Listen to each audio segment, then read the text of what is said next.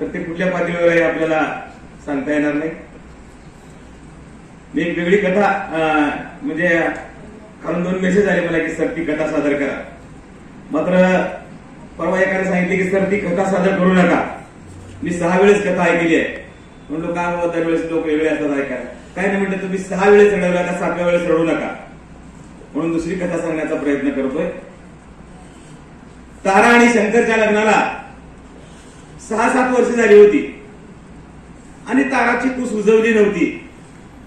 ग्रामीण भागात पूस उजवली नाही तर त्या बाईला काय काय भोगावं लागतं आपल्याला माहित आहे.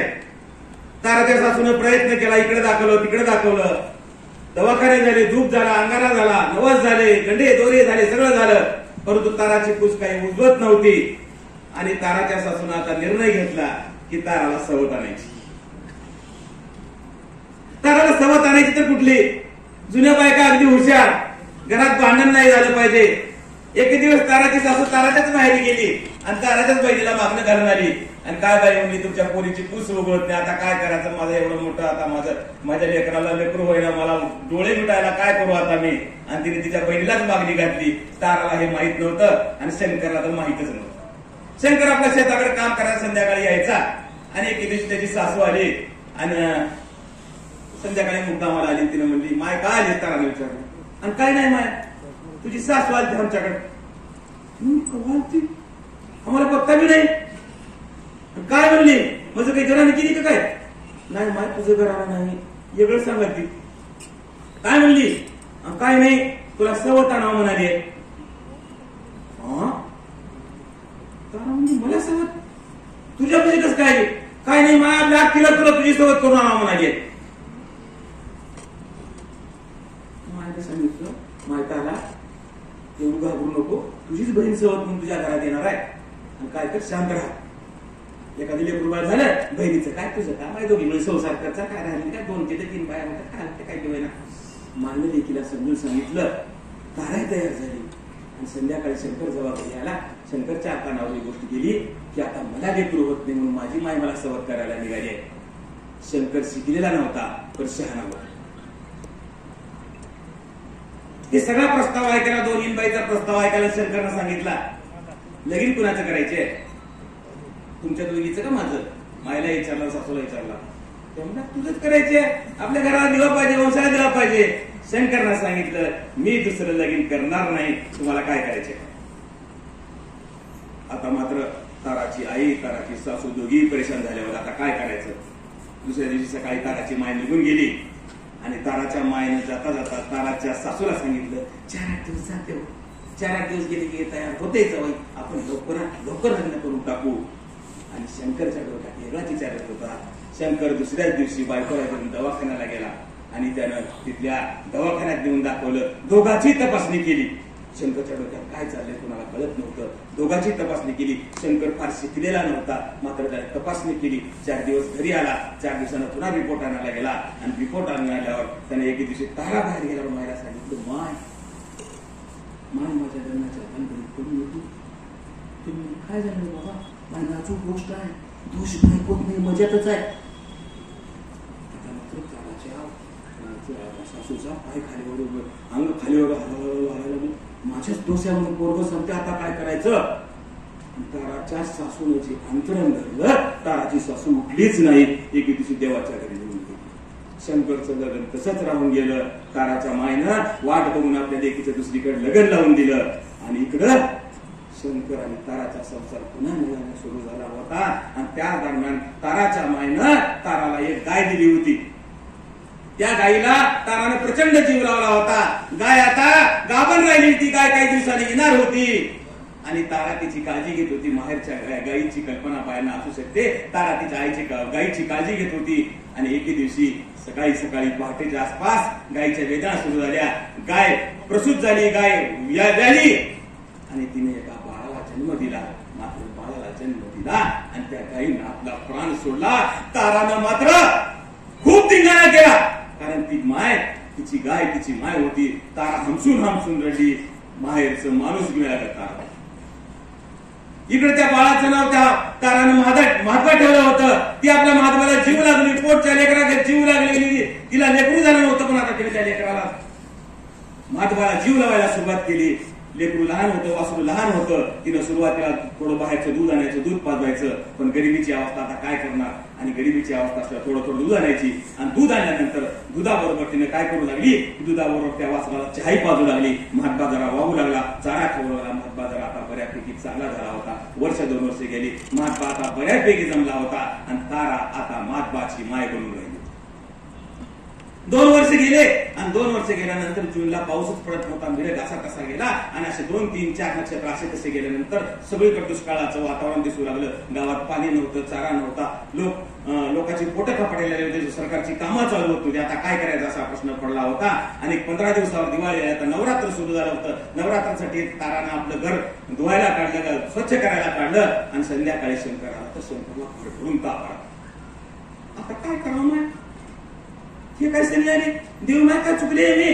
तिने आपल्या नवऱ्याला बघितलं, गावातल्या 2 गोळ्या आणून दिल्या. शंकरचा ताप काही कमी होत होता. 1 दिवस गेले, 2 दिवस गेले, 3 दिवस गेले. आता गावात कामं मिळत नव्हती. राधाच्या जवळ पैसा नव्हता. आता काय करायचा असा प्रश्न पडला. आणि तेवढ्यामध्ये कोणतरी सांगितले की बाई आता ह्याचा ताप वाढालाय, काय कर देव ह्याला उदगीरला नेऊन दाखवू. दवाखान्यात दाखवायचा तिचा प्रश्न पडला. रात्र सारी तरमळत गेली. आणि आज तिला दुपारचं चित्र दिसलं होतं की हळीच्या बाजारात मोहम्मद साहेब आपल्या गावात आला होता. आणि त्याची नजर गावातल्या ढोरावर होती. आता दुष्काळामध्ये असली ढोरं आपल्याला मिळतात, ती घ्यायची आणि बाजारात घेऊन जायची आणि खाटकाला ऐकायचं काम मोहम्मद साहेब करायचं. तिला प्रश्न पडला, आपण काय करायचं. रात्रभर तरमळत होती. पहाटेचे 3-4 झाले असतील. तिच्या जीवानं निर्णय घेतला. आज तिनं खूप मोठा निर्णय घेतला होता. तिनं ठरवलं आता तिच्यापुढे 2 प्रश्न होते. एक, महात्माला विकायचं की नवऱ्याचा प्राण वाचवायचा. अखेर तिनं नवऱ्याचा प्राण वाचवायचा निर्णय घेतला आणि महात्माला विकायचं ठरलं. सकाळी 8-8:30ला महात्मा गावात तो हाटी गावात आला. आणि गावात आल्यानंतर टेम्पो पारापाशी लावला होता. आणि गावात तो विचारायचा कुणाचं विकायचंय का, कुणाचे डोळे विकायच्यात, कुणाच्या डोळे विकायच्यात. मोहम्मदचं गाव सगळं फिरत होता. आणि तेवढ्यात तिने बोलवलं, मोहम्मद साहेब काय माय काय आहे का डोरगुर. डोरगुर नाही, माझं हे लेकरू आहे. हे महात्मा माझं लेकरू आहे. मोहम्मद साहेब त्याचे काय पैसे द्यायचे ते द्या, पण तुमच्या पाया पडते मोहम्मद साहेब. याला खटक्याला देऊ नका मोहम्मद साहेब. तिला खटक्याला देऊ. तो जातीच खाटी होता. तो घेणार होता, पण त्याला काय करायचं. त्याने म्हणलं, भाई मी देऊन तिकडे विकतो, मला काय करता माहिती. तुला द्यायचं असेल तर दे. असं रडून मी घेणार. तुला द्यायचं असेल तर दे, नाहीतर दे. नाही माय आता मला द्यावंच लागणार आहे. माझ्या नवऱ्याला दवाखान्यात घेऊन जायचं, पैसे कुठे मिळत नाहीत. आणि तिनं ह्याच्यात मोहम्मदचा बरोबर व्यवहार ठरवला. त्याच्यावर पैसे घेतले आणि महात्माचं बिरड सोडलं. महात्माला उचलून गाडीमध्ये घालताना तिचा जीव व्याकुळ झाला होता. दया रडत होती. तिने हातातले पैसे घेतले, मोजले सुद्धा नाहीत. महात्माची गाडी निघून गेली आणि तारा आपल्या नवऱ्याला घेऊन उदगीरला आली. डॉक्टर देशमुखाकडे गेली. डॉक्टर देशमुख तिचे नेहमीचेच डॉक्टर. देवासारखा माणूस तपासणीची फीस घ्यायचं नाही, काही घ्यायचं नाही. तिने डॉक्टरांना दाखवलं. डॉक्टर म्हणाले, बाई किती दिवस झाले दाखवतो. म्हणजे साहेब 4-5 दिवस. अगं बाई किती दिवस काय झालं. काही नाही साहेब, आता यांच्यापाशी कुठे घराने गायचे पैशाचे. त्यांनी सांगितले की जा बाई एवढी तपासणी करून आण. तपासणी करून आणली. औषध गोळ्या दिली. 8 दिवसाच्या औषध गोळ्या दिल्या. औषध गोळ्या घेतल्या, सगळा रिपोर्ट घेतला आणि ती काही लागणारं सामान घेऊन संध्याकाळी गावाकडे पळाली. 2 दिवस गेले, 3 दिवस गेले. ताराचा जीव महत्वासाठी तळमळत होता. काय करावं कळत नव्हतं तिला. आणि ती रोज म्हणायची, माझा महात्मा कुठं असेल. सकाळी चहा पाजताना तिला आठवण येते, जसं आपल्या एकराची आठवतं, माझा महात्मा कुठं असेल, माझा महात्मा कुठं असेल, माझा महात्मा कुठं असेल. आणि 2-3 दिवस गेले. आता शंकरची प्रकृती बऱ्यापैकी दुरुस्त होत होती. दिवाळी 2 दिवसावर आली होती. घरोघरी तळणाचे वास सुरू झाले होते. आणि त्या दिवशी राधानं ठरवलं की आता आपल्या नवऱ्याची तब्येत बरी झाली आहे, आपण दिवाळीचं काहीतरी खायला करा. मग तिने अजून बाजारातून सामान आणलं आणि संध्याकाळी 12 वाजेपर्यंत घरामध्ये तळणवळण केलं आणि झोपली. झोपल्यावर 3-4 वाजले असतील. दार खडखड वाजत.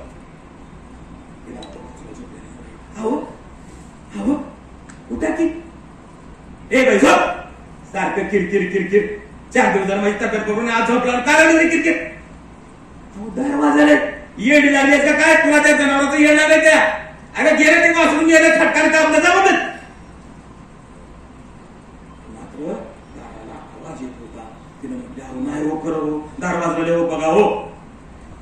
आता शंकरराव आला होता, खरंच दार वाजवले. दाराला कोणतं डुसण्यात येत होतं आणि दार उघडलं होतं. काय महात्मानं धाव घेतली आणि येऊन दाराच्या घाला. महात्मा आला होता, ताराने त्याला गळ्याला लावून घेतलं. दिवस कसा तरी गुजरला. महात्माला हे खरं होतं, पण महात्माच्या पायी दिलेले पैसे खर्चिले होते. आता त्याचं काय, असा प्रश्न आता ताराला पडला. आणि बरोबर सकाळी 10-11च्या सुमारास मोहम्मद साहेबाला हुडकीत आला आणि त्याने इकडे आला आणि इथे बघितलं, इथं आले का हे कडू. आणि बाई तू म्हणलीस म्हणाला कापलं म्हणतो, बघ हे मला कापलं, इथं आले बघ, आता काय करायचं. असं कर म्हणले, मला पैसे देऊन टाक, तुझं वाचून तू घेऊन टाक, तुझा लय जीवा वाचला नाही. काय करायचं, पैसे कुठून घ्यायचे. तारा घरामध्ये गेली. घरामध्ये भांड्यामध्ये पैसे ठेवले होते ते पैसे त्या हातासमोर होते, त्या साहेबासमोर होते आणि तिने म्हणली, साहेब पैसे मोजून घे, माझ्या दवाखान्याला खर्चलेले पैसे. आणि ते खर्चलेले पैसे मी तुम्हाला काही करून देते साहेब, मी तुम्हाला काही करून देते साहेब, पण आता माझ्या वासनाला घेऊन जाऊ नका साहेब, माझ्या वासनाला घेऊन जाऊ नका. मोहम्मद साहेबच्या चेहऱ्यावरचा भाव बदलत होता. त्याने हे प्रेम पाहिलं, त्याच्या चेहऱ्यावरचा भाव बदलू लागला. तारा रडू सांगत होती आणि तिचा नवरा सांगत होता, अगं येडीस का, पैसे कुठे देणार आहे, आता दिवाळीचा सण आला, पैसे नाहीत खर्चाला, गावात काम नाहीत, काय करतेस येडे.